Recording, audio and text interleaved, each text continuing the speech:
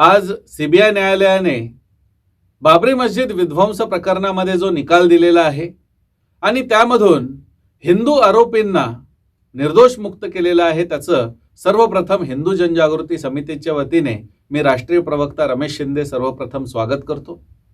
तसंही मागच्या वर्षीच जेव्हा सर्वोच्च न्यायालयाने राम जन्मभूमी प्रकरणामध्ये निकाल दिला, त्यातून हे स्पष्ट झालं होतं की ती मूळ भूमी ही प्रभू श्रामाची आहे आणि बाबरी मस्जिद हे तर त्यावरचं अतिक्रमण आहे।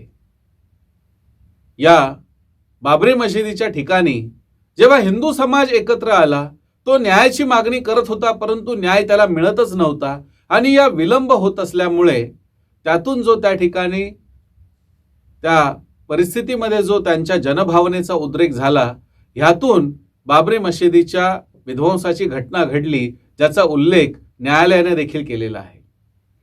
परंतु माझा प्रश्न हा आहे की बाबरी मस्जिद पाडल्या गेल्यानंतर पाकिस्तानामध्ये किती मंदिरं पाडली गेली, बांगलादेशामध्ये किती मंदिरं पाडली गेली, इतकंच नव्हे तर काश्मीरमधून जेव्हा 1990 साली हिंदूंना बाहेर काढलं गेलं, त्यावेळी काश्मीरमध्ये किती हिंदूंची मंदिरं पाडली गेली।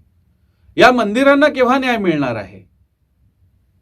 आणि म्हणून या मंदिरांची पुनर्निर्मिती करण्यात यावी, अशा प्रकारची मागणी आम्ही हिंदू जनजागृती समितीच्या वतीने सरकारकडे करत आहोत।